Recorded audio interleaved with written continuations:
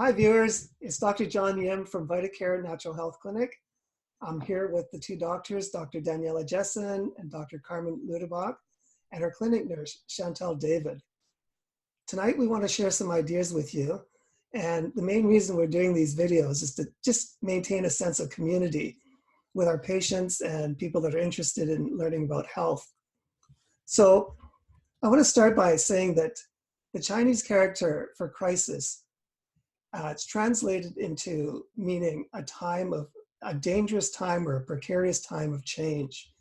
And yes, there's a lot of stress and anxiety about this virus, but I think that what it's forcing many of us to do is to re-examine our lives and to set our priorities and to really think about our health.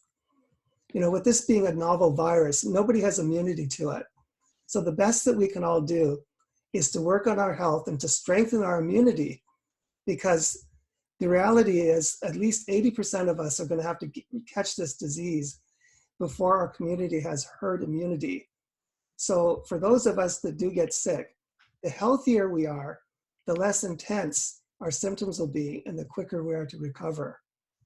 So my goal over this time of change is I want to do everything that I can to improve my health. And what I've done is I've created a list of simple things that I've always been meaning to do and have never been consistent. So things like, believe it or not, getting to bed before 11 o'clock. That's been a challenge of mine for the longest time. I've been meaning to drink more fluid, and I'm working on drinking at least a liter of tea a day, like rooibos or a green tea or a herbal tea of some kind, and then extra water. So there's a number of things that I want to do. And what I encourage each of you to do is to look at where you can improve in your health. You know, is it taking your supplements consistently? Is it getting enough fruits and vegetables in your diet? Is it getting a little bit more exercise? And just chunk it down. Each week, I encourage you, pick one thing to work on, whether it's doing deep breathing or meditation. It doesn't have to be 3, 4, or 5 different things in 1 week.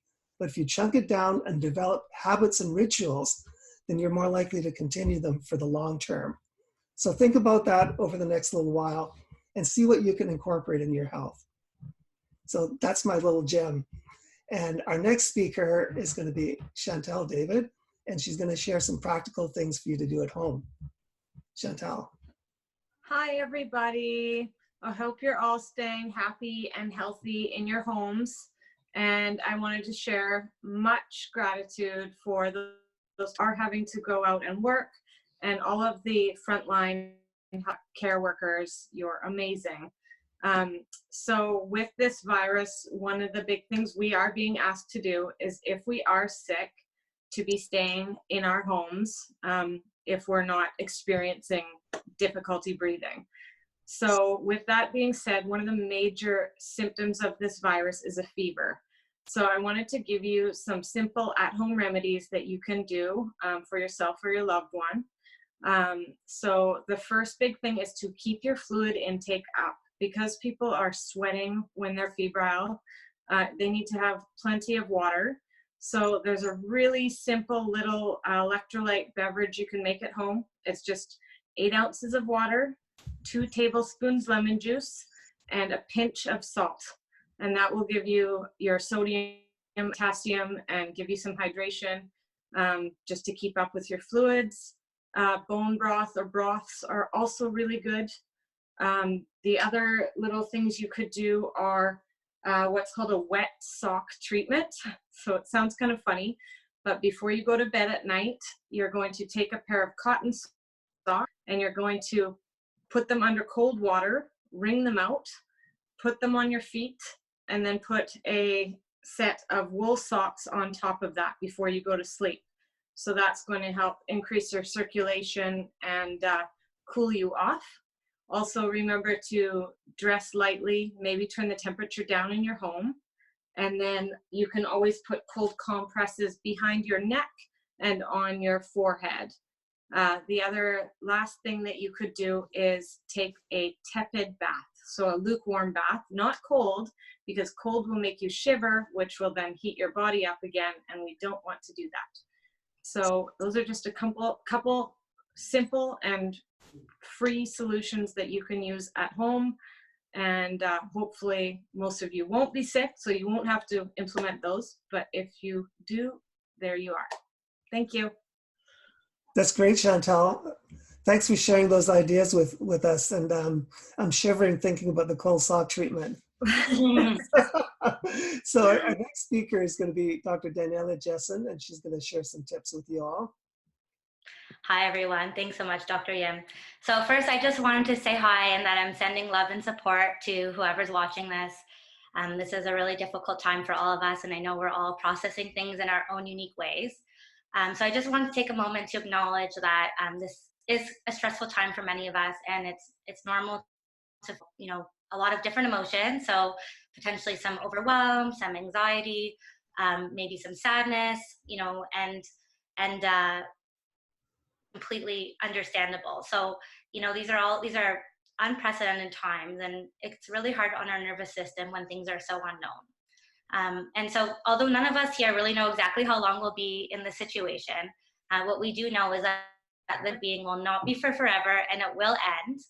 And so I just share some tips and insights that have been helpful for me these past few weeks upon reflection, just to help stay healthy and safe, and maximize our feelings of well-being and connection, and support our mental health while we're in this interim period of the unknown.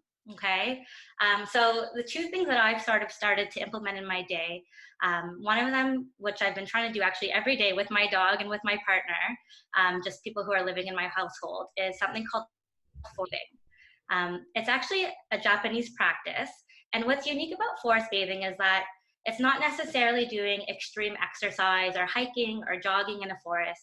It's simply the art of just being in nature, connecting through our senses, so our hearing, our smell, our touch, and just allowing ourselves to feel grounded. Nature is so powerful, and it can physiologically really bring our stress hormones down, bring our levels down, and bring us into a really nice parasympathetic state. So I do say this with a side of caution, though, because I know, the most important thing right now is for us to be self-isolating and not be amongst people. I think we're so privileged here on Vancouver Island, where we have so much green space and so much nature, that it is an option for us to go get out into the forest and be in the woods. But if that isn't something that is accessible for you, while being safe and staying a few meters away from people, it doesn't necessarily need to be a forest. It can be in your backyard, just stand by a tree. It could even be by a plant in your home. Really just being grounded with nature is really all you need to do. And so I definitely suggest just trying to do that once a day if you can. The second thing that I've been doing personally that's been really helpful is just boundaries with intention. We're consuming so much stimulus right now, whether it be on social media or news or in the media, and it can be a lot. Many of us are already in that sort of sympathetic fight or flight state right now, and just having constant stimulus can be an overload for us. And so while it is really important to be informed and to know what's going on in the world, what I've done, which has been helpful for me, is I've sort of set aside a half an hour a day where I look at updates and news articles and look through my social media, informed, but then I turn it off, and so it's not too consuming, and I put that boundary down for myself. So set that boundary, allow yourself to feel what you're feeling, and take time to just focus on yourself, reflect, journal, all those great things that we've been talking about, and that's just something that's been really helpful for me. So sending you all lots of love. I'll stop there and just I'll let Dr. Luterbach take it from here. Hi everyone, my name is Carmen Luterbach, and I'm here to do another demo. I wanted to start by saying, sending great love to everyone, and just a big reminder that if there's the message we can take right now is the message that we're a global community and that we're all connected. So I want you to hold on to that. I wanted to tie in the forest bathing. It's such an awesome message from Dr. Jesin, and my forest bathing today was going trail running for 8 kilometers. So I wanted to share that because I think we need to be communicating what we're all really proud of. So you can all, including everyone from VitaCare, just take a moment to think about and to hold the thought on what you did today for self-care, and you know how that made an impact and how that influenced the rest of your day. One moment of self-care, maybe you stopped to put lotion on, or maybe you stopped to do a stretch, or any little moment where you thought about your well-being. So this is a community exercise, and I'm going to ask everyone here to participate. And if you're watching at home, if we can be silly from our homes doing this, you can be silly from yours joining us. So if you can take your left hand and put it over your heart, and take your right hand and put it on your belly button. And if you're in a chair, you can stomp your feet on the ground.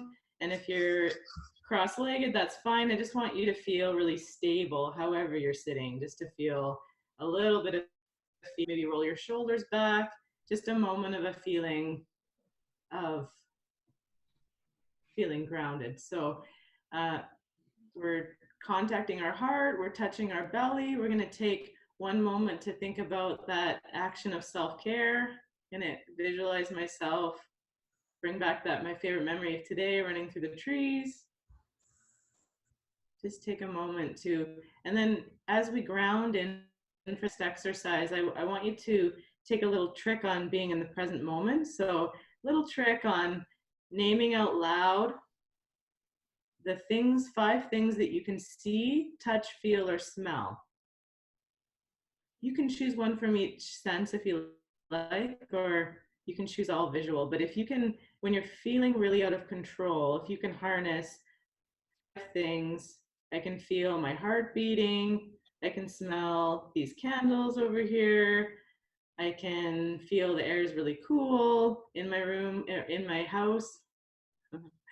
I can see a lamp, I can see a door, I can see everyone's lovely faces here on the screen.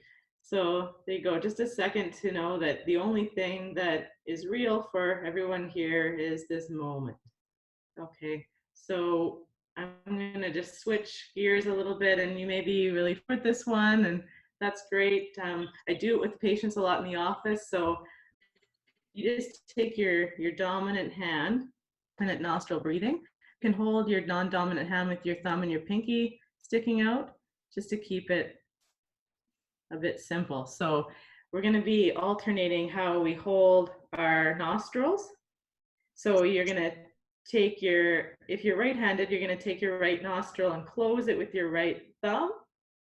And then you'll be closing your left nostril with your left thumb.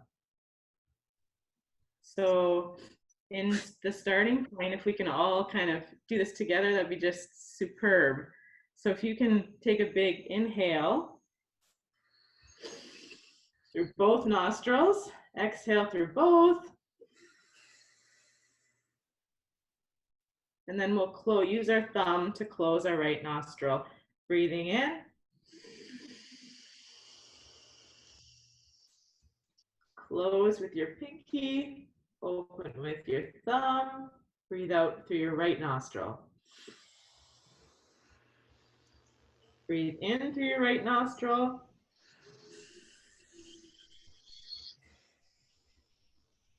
Close with your right thumb, open your right pinky, breathe out.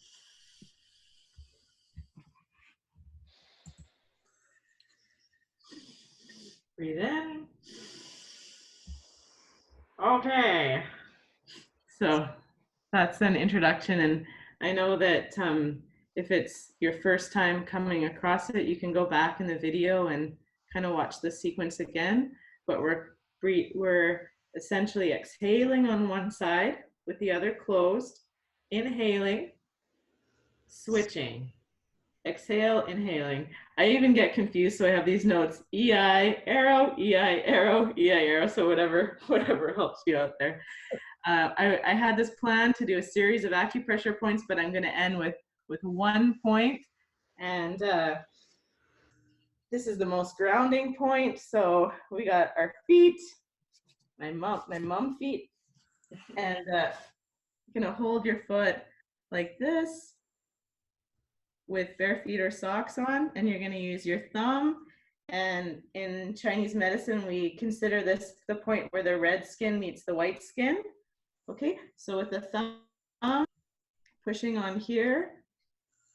Okay, so for any patients that are patients of mine missing their acupuncture, this is a way, folks, for you to get a little bit of acupuncture at home acupressure. So nice massage. You can press really hard. This in turn is the most grounding acupressure point of the body. All right, just remember that little motto if you can. If you're feeling things are intense and they'll come in waves, that we're all connected. Thank you. Thanks, Dr. Luterbach. That was really great. So those of you that are out there and have been watching, I know that at this time we're being told to isolate ourselves, but there's no better time in our history with all these free apps for, like, we're using Zoom right now for us to connect with our friends and family. So even though we're apart physically, we can still develop a sense of community through the internet and through social media. So I encourage you to keep following us each week or a week and a half. You know, our goal is to do these videos and keep in touch with you all out there. So thanks again for sharing your time with us, and have a great evening and take care. See you again.